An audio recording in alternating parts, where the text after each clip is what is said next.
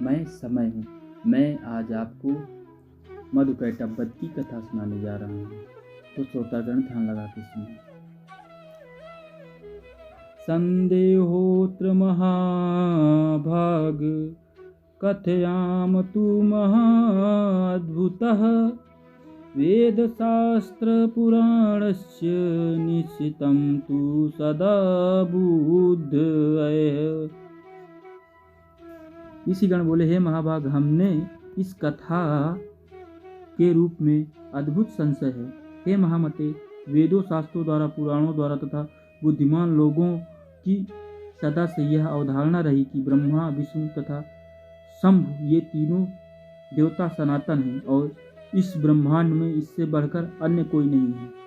ब्रह्मा जगत का सृजन करते हैं, विष्णु पालन करते हैं और भगवान शिव शंकर प्रलय काल में संहार करते हैं। ये तीनों ही इसमें कारण हैं। ब्रह्मा, विष्णु और महेश ये तीनों देवता एक ही मूर्ति के तीन स्वरूप हैं। ये लोग क्रमशः रज, सत्व और तम गुणों से युक्त होकर अपना कार्य करते हैं। उन तीनों में माधव, पुरुषोत्तम आदिदेव, जगन्नाथ श्रीहरि श्रेष्ठ हैं और वे सभी कार्य संपादित करने में समर्थ हैं। अनुपम तेज वाले विष्णु जी से बढ़कर सर्वसमर्थ अन्य कोई भी नहीं है। उन जगत उत्पत्ति विष्णु को योग माया ने विवश करके भला कैसे सुला दिया। उस समय उन विष्णु की चेतना कहाँ चली गई और उनके जीवन की चेष्टा कहाँ लुप्त हो गई। हे महाभाग, यह महान संदेह उपस्थित है। आप इस विषय में यथोचित बताने की कृपा करें। जिस शक्ति के विषय में आपने पहले बता चुके हैं कि उसने भगवान विष्णु को भी पराभूत कर दिया था, वह कौन सी शक्ति है? वह शक्ति कहाँ से अद्भुत हुई, शक्ति संपन्न कैसे हुई तथा उनका स्वरूप क्या है? हे सुब्रत, यह सब हमें स्पष्ट रूप से बतलाइए। जो विष्णु हैं वे तो सबके ईश्वर, वासुदेव, जगत के गुरु, परमात्मा, परम आनंद स्वरूप तथा सच्चिदानंद की साक्षात मूर्ति हैं। सब कुछ करने में समर्थ, सबका पालन करने वाले, सभी चराचर का सृजन करने वाले, रजोगुण से रहित, सर्वव्यापी और पवित्र हैं। वे परात्पर विष्णु निंदा की परतंत्रों में कैसे आबाद हो गए? हे परम तप, हमें इसका प्रकार का आश्चर्यजनक संदेह है। हे सूत, हे व्यास शिष्य, हे महामते, आप अपने ज्ञान रूपी खड़ग से हमारे इस संदेह को नष्ट कर दीजिए। हे मुनिजन, इस प्रकार चराचर जगत में ऐसा कौन है जो इस शंका का समाधान कर सके, जबकि ब्रह्मा के पुत्र सनकादि मुनि तथा नारद, कपिल आदि भी इस विषय में मोहित हो जाते हैं। हे मुनि श्रेष्ठ, हे महाभाग, तब इस जटिल समस्या के समाधान में मैं क्या कहूँ? देवताओं में भगवान विष्णु ही सर्वव्यापी एवं सभी भूतों के रक्षक कहे गए हैं। उन्हीं से इस चराचर समस्त विराट संसार की सृष्टि हुई है। वे सभी देवता परात्पर परमात्मा को नमस्कार करके नारायण, ऋषिकेश, वासुदेव, जनार्दन रूप में उनकी उपासना करते हैं। कुछ लोग महादेव, शंकर, शशिशेखर, त्रिनेत्र, पंचवक्त, शूलपाणी और वृषभध्वज के रूप में उन्हीं की उपासना करते हैं। सभी वेदों में त्र्यंबक, कदर्पी, पंचवक्त्र, गौरीदेहा, अर्धधारी, कैलाशवासी, सर्वशक्ति, समन्वित, भूतगणों से सेवित एवं दक्ष, यज्ञ विनाशक आदि नामों से भी उनका गुणगान किया गया है। हे महाभाग, वैदिक विद्वान लोग सूर्य आदि नामों से भी नित्य, प्रातः, सायं तथा मध्य काल में संध्या करते समय विविध प्रकार की स्तुति से उन्हीं की प्रार्थना करते हैं। सभी वेदों में सूर्य उपासना श्रेष्ठ कही गई है तथा उन महत्तम का नाम परमात्मा कहा गया है। वेदों में सर्वत्र वेदों द्वारा अग्निदेव की भी स्तुति कही गई है। वहाँ त्रिलोकेश, इंद्र, वरुण तथा अन्याय देवताओं की भी स्तुति की गई है। जिस प्रकार गंगा अनेक धाराओं में विद्यमान रहकर प्रवाहित होती हैं, उसी प्रकार महर्षियों द्वारा भगवान विष्णु सभी देवताओं में विद्यमान बताए गए हैं। मनीषी विद्वान 3 प्रकार के मुख्य प्रमाण बताए हैं: प्रत्यक्ष, अनुमान और तीसरा शब्द प्रमाण। अन्य न्याय के पंडित 4 प्रमाण मानते हैं। प्रत्यक्ष, अनुमान, उपमान एवं शब्द प्रमाण हैं, परंतु अन्य मीमांसा के विद्वान लोग अर्थपत्ति को लेकर 5 प्रमाण मानते हैं। पौंडिक विद्वान 7 प्रमाण मानते हैं। इन प्रमाणों में भी जो धनुर्जेय है वह परम ब्रह्मा, इसलिए इस विषय में बुद्धि शास्त्र एवं निश्चयात्मिका युक्ति से बार बार विचार करने के अनुमान करना चाहिए। साथ ही सन्मार्ग का अनुसरण करने वाले दृष्टांता द्वारा इस प्रत्यक्ष विज्ञान का चिंतन बुद्धिमान मनुष्य को सर्वदा करते रहना चाहिए। प्रायः सभी पुराण तथा विद्वान ऐसा कहते हैं कि ब्राह्मणों में सृष्टि करने की शक्ति, विष्णु में पालन करने की शक्ति, शिव में संहार करने की शक्ति, सूर्य में प्रकाश करने की शक्ति तथा शेष और कश्यप में पृथ्वी को धारण करने की शक्ति संभवतः विद्यमान रहती है। इस प्रकार एकमात्र वे आदि शक्ति ही स्वरूप भेद से सभी में व्याप्त रहती है। वे ही अग्नि में दाहकत्व शक्ति तथा वायु में संचार शक्ति हैं। कुंडलिनी शक्ति के बिना शिव भी शव बन जाते हैं। विद्वान लोग शक्तिहीन जीवों को निर्जीव एवं असमर्थ कहते हैं। अतएव हे महामुनि, ब्रह्मा से लेकर तृण पर्यंत सभी पदार्थ इस संसार में शक्ति के बिना सर्वथा हे हैं, क्योंकि स्थावर जंगम सभी जीवों में वह शक्ति ही काम करती है। यहाँ तक कि शक्तिहीन पुरुष शत्रु पर विजयी होने, चलने फिरने तथा भोजन करने में भी सर्वथा समर्थ रहता है। वह सर्वत्र व्याप्त रहने वाली आदि शक्ति से ही ब्रह्मा कहलाती हैं और बुद्धिमान मनुष्य को चाहिए कि वह अनेक प्रकार के यत्नों द्वारा सम्यक रूप से उनकी उपासना करे तथा उनका चिंतन करे। भगवान विष्णु में सात्विकी शक्ति रहती है, जिसके बिना वे अकर्मण्य हो जाते हैं। ब्रह्मा में राजसी शक्ति है, वे भी शक्तिहीन होकर सृष्टि कार्य नहीं कर सकते हैं। और शिव में तामसी शक्ति रहती है, जिसके बल पर वे संहार कर संपादित करते हैं। इस विषय पर मन से बार बार विचार करके तर्क वितर्क करते रहना चाहिए। शक्ति ही संपूर्ण ब्रह्मांड की रचना करती है, सबका पालन करती है और इच्छा अनुसार इस चराचर जगत का संहार करती है। उनके बिना विष्णु, शिव, इंद्र, ब्रह्मा, अग्नि, सूर्य और वरुण कोई भी अपने अपने कार्य में किसी प्रकार भी समर्थ नहीं हो सकते। वे देवगण शक्ति युक्त होने पर ही अपने अपने कार्यों को संपादित करते हैं।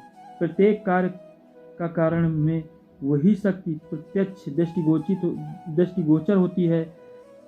विद्वान मनुष्य पुरुषों ने शक्ति को सद्गुणा और निर्गुणा भेद से 2 प्रकार का बताया है। सद्गुणा शक्ति की उपासना आसक्त जनों और निर्गुण शक्ति की उपासना आसक्त जनों को करनी चाहिए। धर्म, अर्थ, काम, क्रोध, इन चारों पदार्थों की स्वामिनी वे ही निर्विकार शक्ति हैं। विधिवत पूजा करने से वे सब प्रकार के मनोरथ पूर्ण करती हैं। सदा महामाया से घिरे हुए अज्ञानी लोग उस शक्ति को जान नहीं पाते। यहाँ तक कि कुछ विद्वान पुरुष उन्हें जानते हुए भी दूसरों को भ्रम में डालते हैं।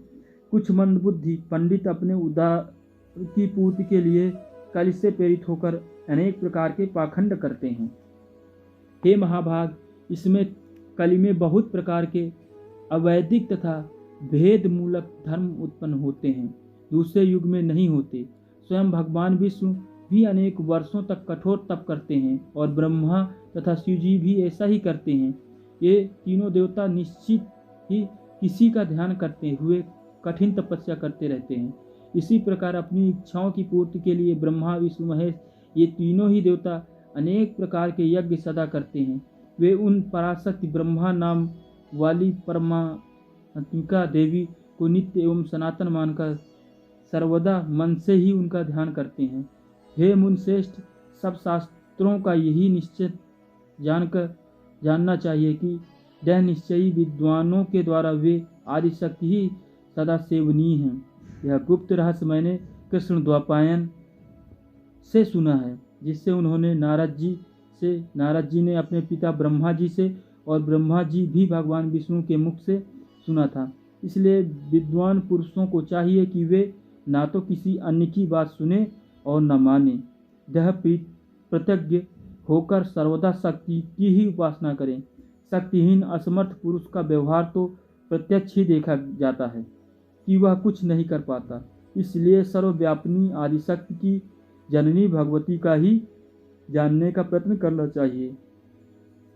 हे मुनिजनों, जब सद्गुरु भगवान विष्णु के शरीर से निंदा देवी निकली, उस समय उनके नेत्र, मुख, नासिका, भुजा, हृदय तथा वक्ष स्थल से निकलकर वे श्रेष्ठ तामसी शक्ति आकाश में स्थित हो गईं।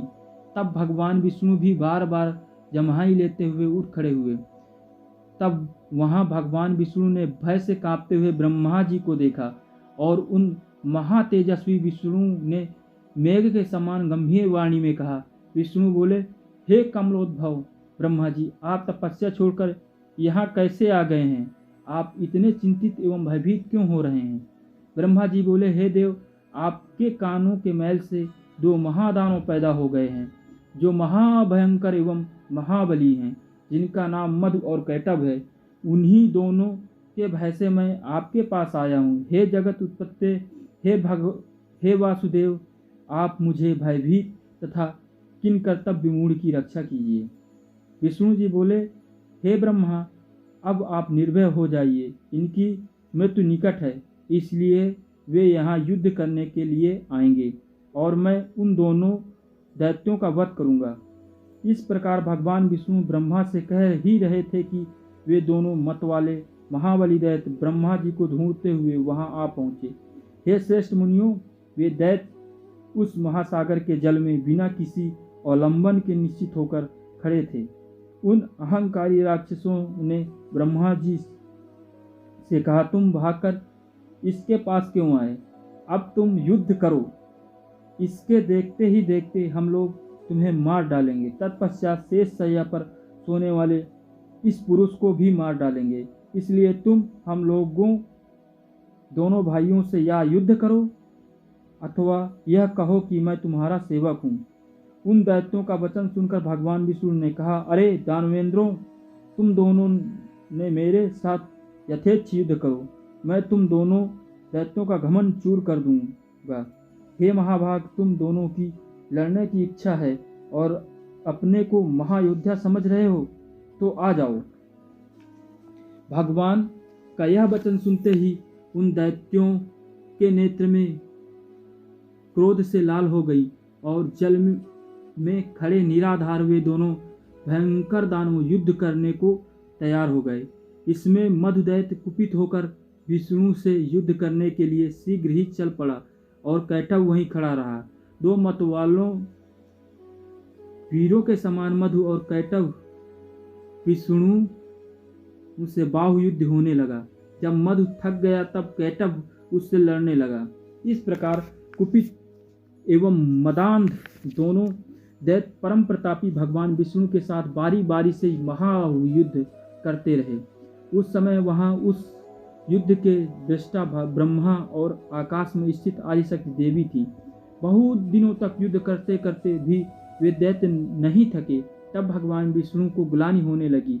इस प्रकार जब युद्ध करते हुए 5000 वर्ष बीत गए, तब भगवान विष्णु उन दैत्यों की मृत्यु का उपाय सोचने लगे। उनके विचार में आया कि मैंने 5000 वर्ष तक इनके साथ युद्ध किया, किंतु ये भयानक दानव थके नहीं और मैं थक गया हूँ। यह बड़े आश्चर्य की बात है। मेरा वह पराक्रम और बल कहाँ चला गया? ये दोनों मुझसे लड़ते हुए भी स्वस्थ हैं, इनका कारण क्या है? अब मुझे अच्छी तरह से विचार करना चाहिए।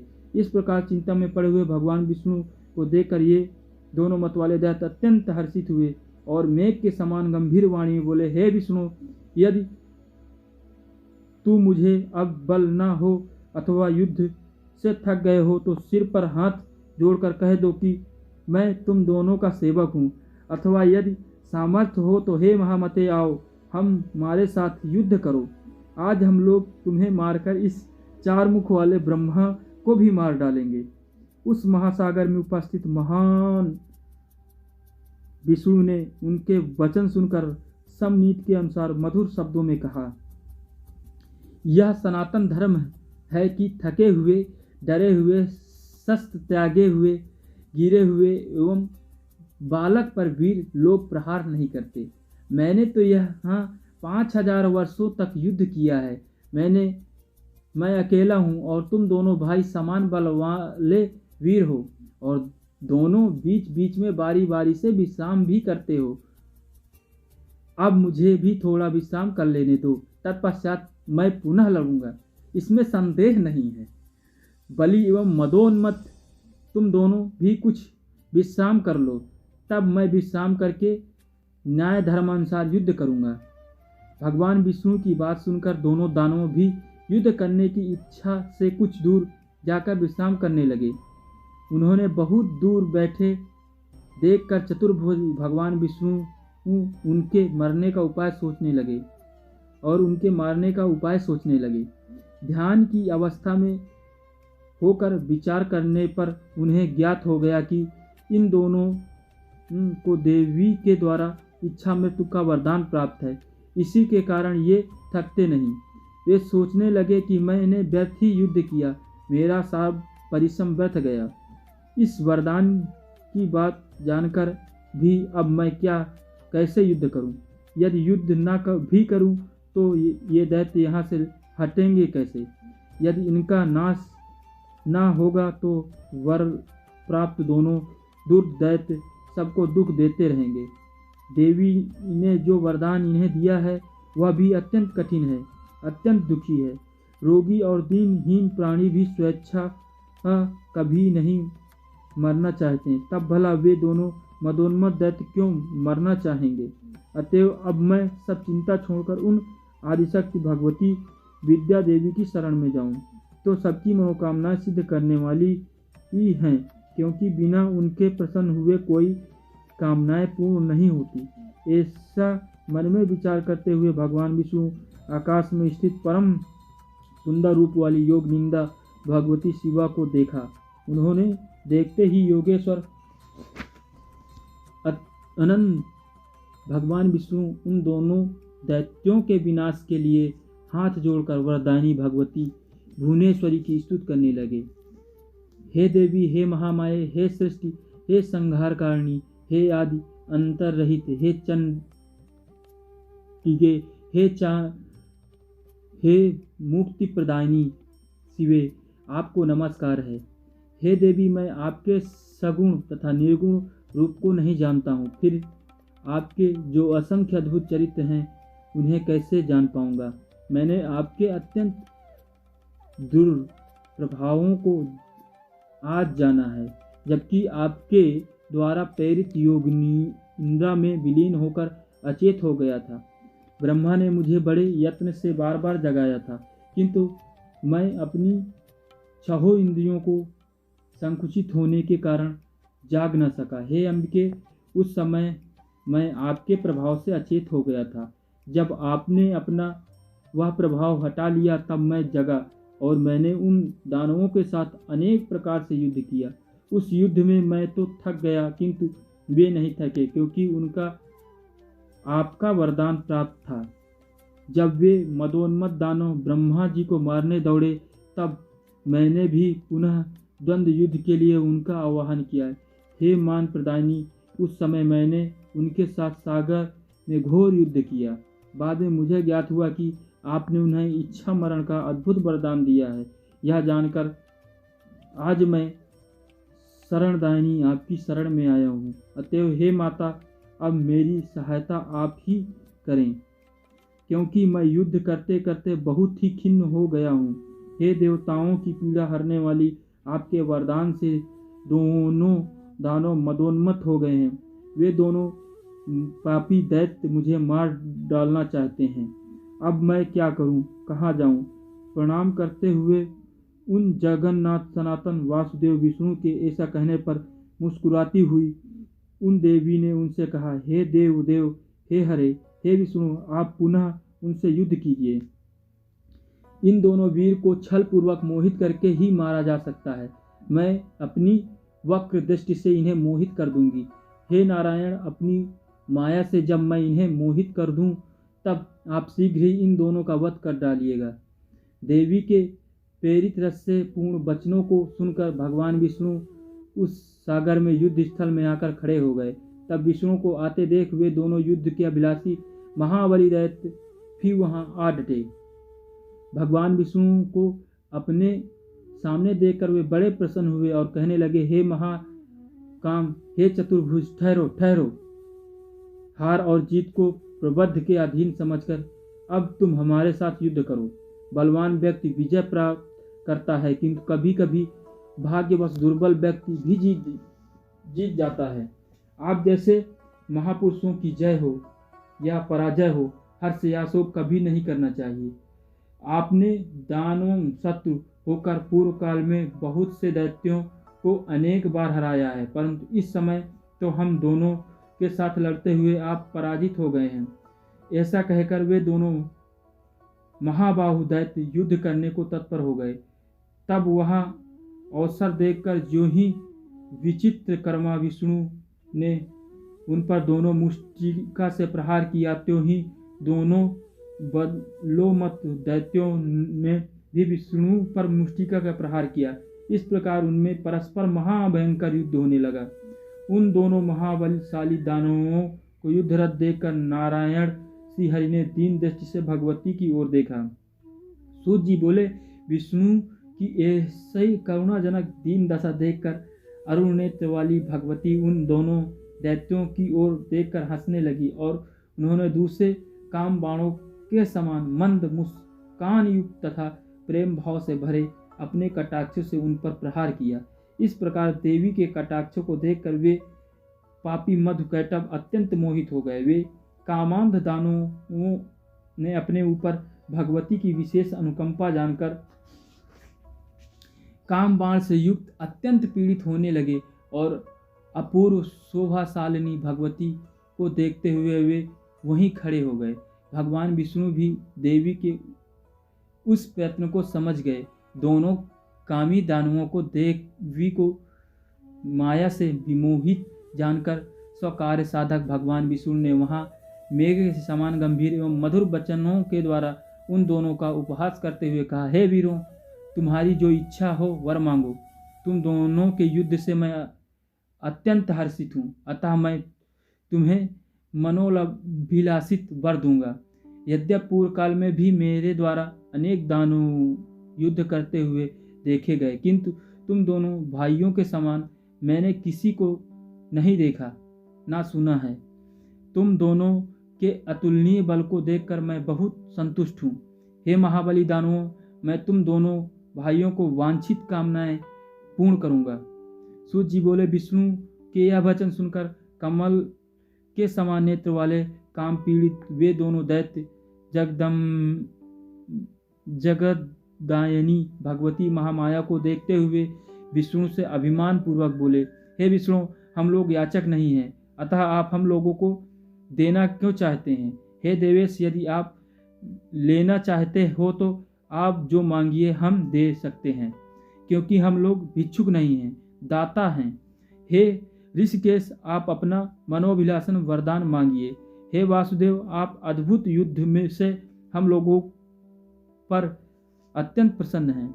उन दोनों का वचन सुनकर भगवान विष्णु ने उत्तर दिया, यदि तुम दोनों मेरे पर प्रसन्न हो गए हो, यही वरदान दो कि तुम दोनों भाई अब मेरे ही हाथ से मारे जाओ। सूत जी बोले, विष्णु जी का वचन सुनकर दोनों भाई चकित हो गए और अपने को उनके द्वारा ठगा हुआ समझकर शोक से चिंतित हो गए। कुछ देर के बाद मन में विचार करके संपूर्ण भूमिका को स्थल रहित तथा वहां सर्वत्र जल ही जल देखकर उन्होंने विष्णु से कहा, हे जनार्दन विष्णु, आपने हम लोगों को पहले जो वरदान देने को कहा था, यदि आप सत्यवादी हैं तो पहले उस वांछित वरदान को प्रदान कीजिए। हे मधुसूदन, आप हमें किसी निर्जल प्रदेश की सुविस्तारित भूमि पर मारिए, तभी हम आपसे मारे जा सकेंगे, अन्यथा नहीं। अतः हे माधव, अब आप सत्यवादी बनिए। तब भगवान विष्णु ने अपने सुदर्शन चक्र का स्मरण करके उन दानवों से हंसते हुए कहा, हे महाभाग, तुम्हारे कथानुसार निर्जल तथा सुविस्तार भूमि पर ही मैं आज तुम दोनों को मारूंगा।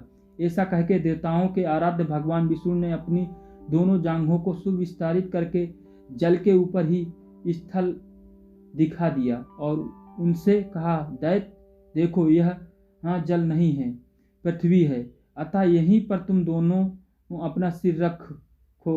ऐसा कहने से ही आज हम और तुम दोनों सत्यवादी सिद्ध होंगे।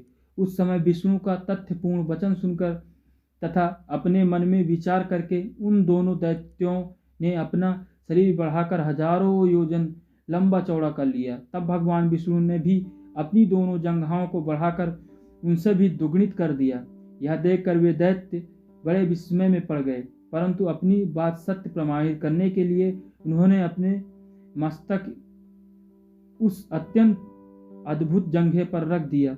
उसी समय महाप्रतापी भगवान विष्णु ने अपने सुदर्शन चक्र से जंघे पर स्थित उनके विशाल सिरों को वेग पूर्वक धड़ से अलग कर दिया। जब दोनों दैत्य मधु और कैटभ मर गए तब उन्हीं की मेद चर्बी से संपूर्ण सागर पट गया। हे मुनीश्वरों, तभी से पृथ्वी का नाम मेदिनी पड़ गया और इसीलिए मृत्तिका भी अभक्ष मानी जाने लगी। आप लोगों ने जो प्रश्न किया था उसका ठीक ठीक उत्तर मैंने दे दिया। बुद्धिमान मनुष्य को चाहिए कि वे महामाया महाविद्या की सर्वदा उपासना करते रहें, क्योंकि वे पराशक्ति ही समस्त दानवों द्वारा आराध्य हैं और देवों द्वारा भी आराध्य हैं। उनसे बढ़कर कोई देवता तीनों लोक में नहीं है। यह बात सर्वदा सत्य है एवं वेदों तथा शास्त्रों का निष्कर्षण है कि सद्गुण अथवा निर्गुण रूप में सर्वदा उस पराशक्ति का ही पूजन करते रहना चाहिए। बोलो दुर्गा जी की जय, बोलो सत्य सनातन धर्म की जय।